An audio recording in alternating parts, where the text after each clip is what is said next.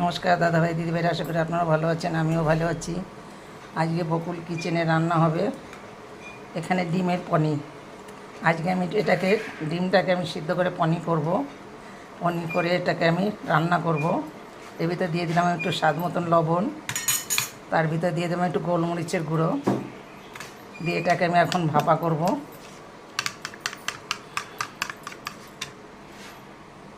আমি যে ডিমটা দেখিয়েছি, ফাটা ডিমগুলো যে আমি করে নিয়েছিলাম, সেই ডিমগুলো আমি যে বাটির মধ্যে করে জলের পরে আমি সিদ্ধ করতে বসিয়ে দিয়েছি। এখন আবার ঢেকে রেখে দিলাম আর 2 মিনিটের মতন করে, তারপরে নামিয়ে নেব। আমার ডিম ভাপাটা হয়ে গেছে, আমি এখন নামিয়ে নেব। এরকম কত সুন্দর করে ডিম ভাপা হয়েছে, আমি এখন নামিয়ে নেব।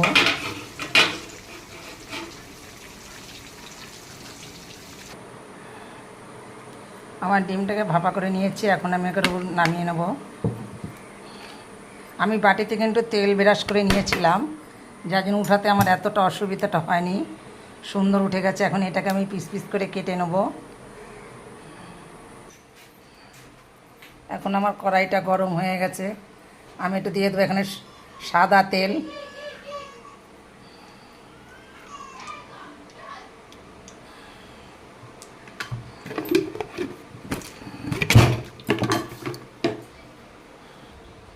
আমার তেলটা গরম হয়ে গেছে, এখন এরপরে দিয়ে দেবো আমি ডিম কটা।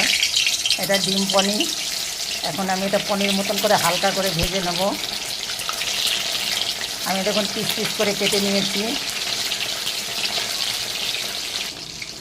এখন আমার পনির মতনটা ভাজা হয়ে গেছে, এই দেখুন একদম আমি কত সুন্দর করে ভেজে নিয়েছি। এখন নামিয়ে নেব। পনির মতন করে আমি লাল লাল করে ভেজে নিয়েছি। এখন আমি আরও দিয়ে দেবো। আমি ডিম পনির কিন্তু ভেজে নিয়েছি, এখন আমি এর ভিতরে দিয়ে দেবো আলুটা। এখন আলুটাকে আমি ভেজে নেব।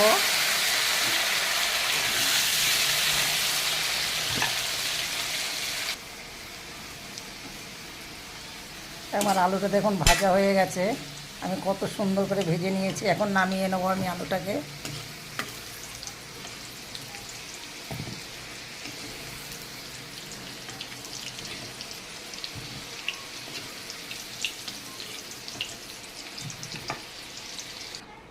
আমার আলুটা নামিয়ে নেওয়ার পরে এখন আমি ফোড়নে দিয়ে দেবো। একটা তেজপাতাকে আমি মাঝখানে কেটে নিয়েছি, এখানে দিয়ে দিচ্ছি দারচিনি আর একটু এলাচ, অল্প অল্প দিয়েছি। আর ফোড়নে দিয়ে দেবো আমি একটু জিরা, এখানে আমি সাদা জিরাটা ব্যবহার করেছি।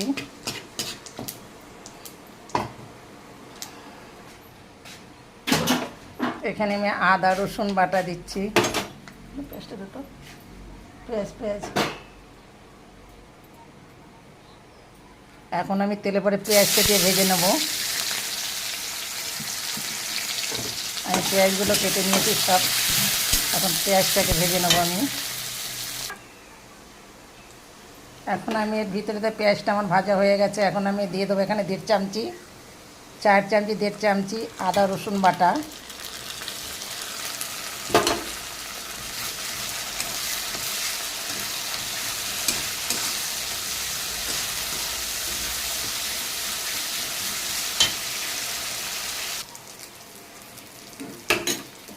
আমি এর ভিতরে দিয়ে দিচ্ছি লঙ্কা বাটা 1 চামচি 4 চামচি।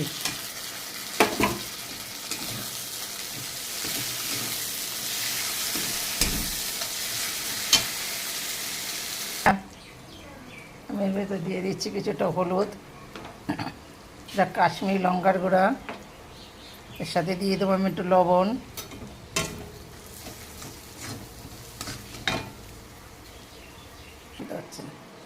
এখন আমার মশলাটা ভাজা হয়ে গেছে, এখন আমি আলু ভাজাটা দিয়ে দেবো।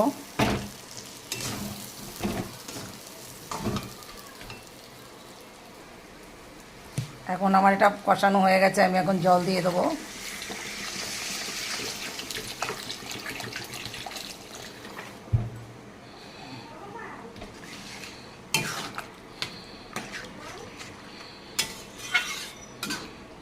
এটাকে আমি 5-7 মিনিটের মতন আমি ঢেকে রেখে দেবো।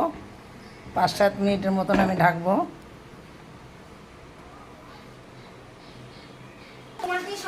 আমার ঢাকাটা তুলে নিয়েছি, আমার আলুটা হয়েছে। এখন আমি এর ভিতরে দিয়ে দেবো ডিম কটা, ডিম পনিটা।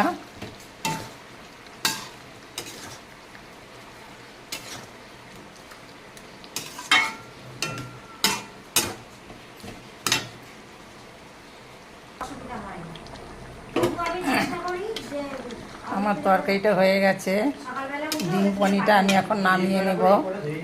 এখন এরপরে দিয়ে দেবো আমি 3টে অর্ধেক ফাটানো কাঁচা লঙ্কা দিয়ে আমি এখন তরকারিটাকে নামিয়ে নেব।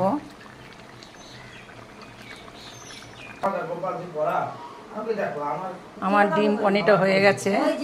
আমার ডিম পনিরটা দেখে আমি তো যা যা দিয়ে সেটা দেখিয়ে দিয়েছি। আমার ডিম পনির দেখে আমার একটা লাইক কমেন্ট শেয়ার করবেন আপনারা একটু দয়া করে, তাতে আমি খুব খুশি হব।